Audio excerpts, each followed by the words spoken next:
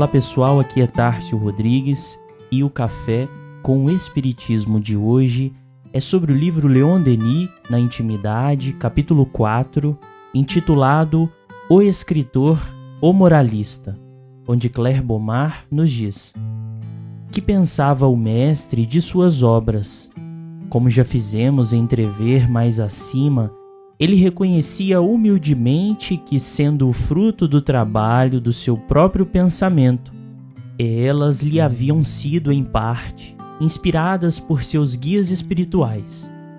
Henri Soucy escreveu, abre aspas, apesar dessa proteção do alto, tão evidente e tão sinceramente reconhecida, pode-se dizer de Leon Denis com toda a certeza que ele é, de uma maneira absoluta, o filho de suas obras. Ele criou inteiramente a alta posição moral que hoje ocupa por seu trabalho obstinado, seus estudos perseverantes, sua energia constante e sua forte vontade sempre efetiva e dirigida para o mesmo objetivo. Um escritor tem, às vezes, preferência por um de seus livros e este nem sempre é o que obteve mais sucesso junto ao público. Leon Denis, oferecendo um dia o seu Joana d'Arc a um visitante, fez esta reflexão: esta é minha filha, os outros são meus meninos. Palavra que deixa entrever uma preferência acentuada por essa obra-prima. O escritor reuniu em um livro os artigos que havia publicado durante a guerra em diversas revistas. Este foi O Mundo Invisível e a Guerra.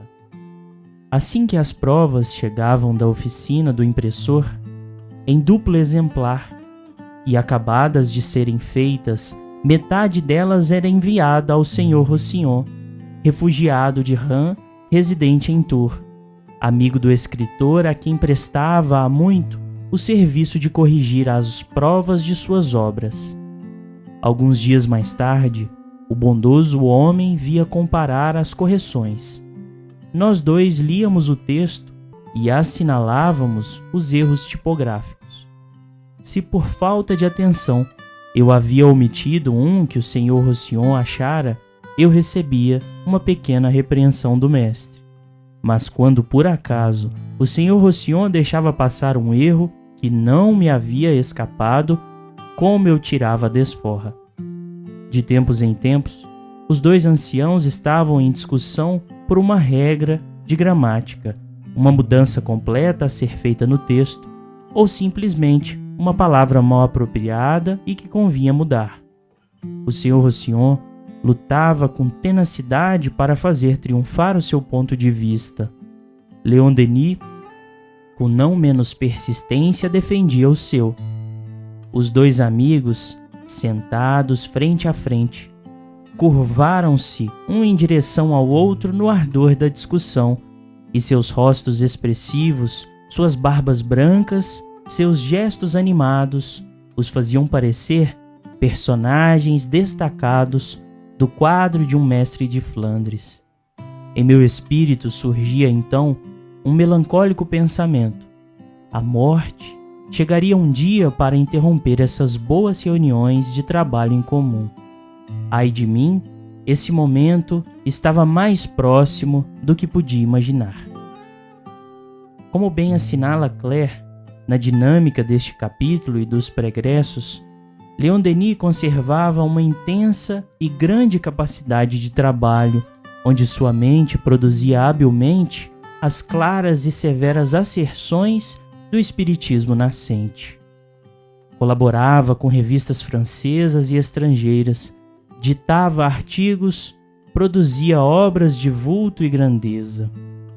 Preferia Joana d'Arc e sua filha do coração, mas não desprezamos a relevância dos seus meninos, como depois da morte, responsável por conversões como a de um Eurípides Barçanufo.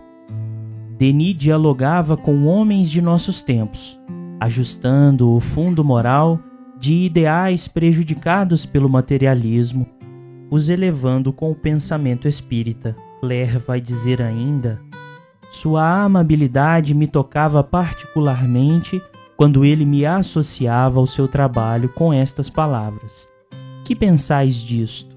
E minha resposta nunca se fazia esperar. O interesse, a variedade do trabalho que me era confiado fizeram com que as horas me parecessem sempre curtas perto do filósofo.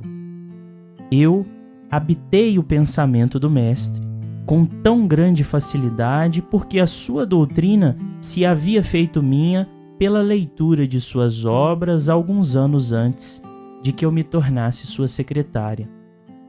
Pelos inúmeros artigos citados neste capítulo, bem como o zelo para cada tradução e abordagem do pensamento espírita, compreendemos a relevância do amor pelo trabalho na construção de uma obra útil e eficaz para os companheiros que conosco jornadeiam.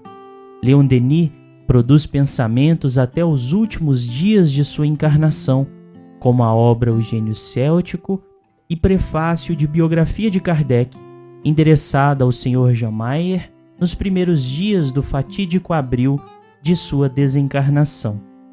Em certa reunião mediúnica narrada por Claire, indaga o espírito comunicante sobre a extensão de seu trabalho, dizendo: "Mas eu estou muito velho", respondeu o mestre, "para trabalhar muito e eficazmente, semelhante aos velhos profetas judaicos, que, cansados por sua tarefa, pediam a Deus que os chamasse para junto dele. E Jeová recusa: caminhai ainda, caminhai sempre. E ele lhes respondia: ide desafiar os reis de Israel, hipócritas e cruéis, e ameaçar com a minha cólera os povos que vos apedrejarão. Fiquem com Deus e até o próximo episódio do Café com o Espiritismo.